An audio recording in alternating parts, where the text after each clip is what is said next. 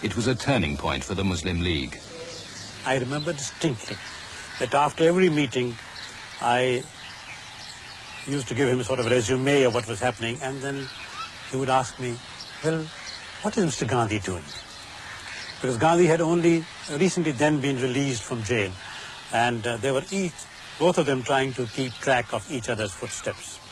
So that made me aware of the fact that Mr. Jinnah was always very keen to know every move, every step that Gandhi took, every word that he uttered, every little statement of Gandhi was kept recorded, pasted in a separate scrapbook.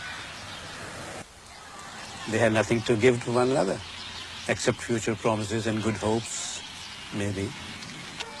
He felt that the Muslims were the weakest of the three. The British held the power, they held the strings of power, the Hindus held the majority.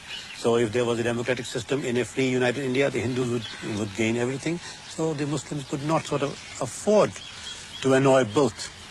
But Mr. Jinnah, he had a bit of a gambler in him. He took the risk.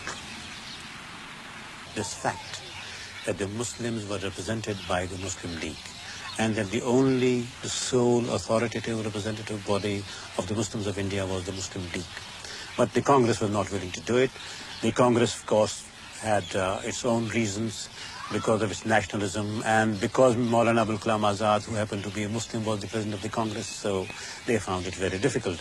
And Mr. Jinnah's main aim in the 1945 talks with Lord Wavell was to establish his sole authoritative capacity.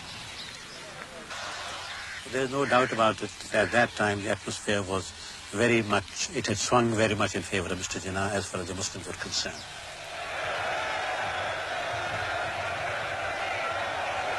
He addressed a public meeting where at least 1 million people were collected. The Muslims wanted to come and see him and just to see his face. They knew what he was talking without understanding. I think they had established sort of a wavelength. He was waiting. He was waiting because he was not sure whether the British government were prepared to disclose their hand. He had to wait because he was not sure of the Congress. And of course he had to wait because if he called his hand too early, he could have just exposed himself. Or if it was too late, then it would have been just too late.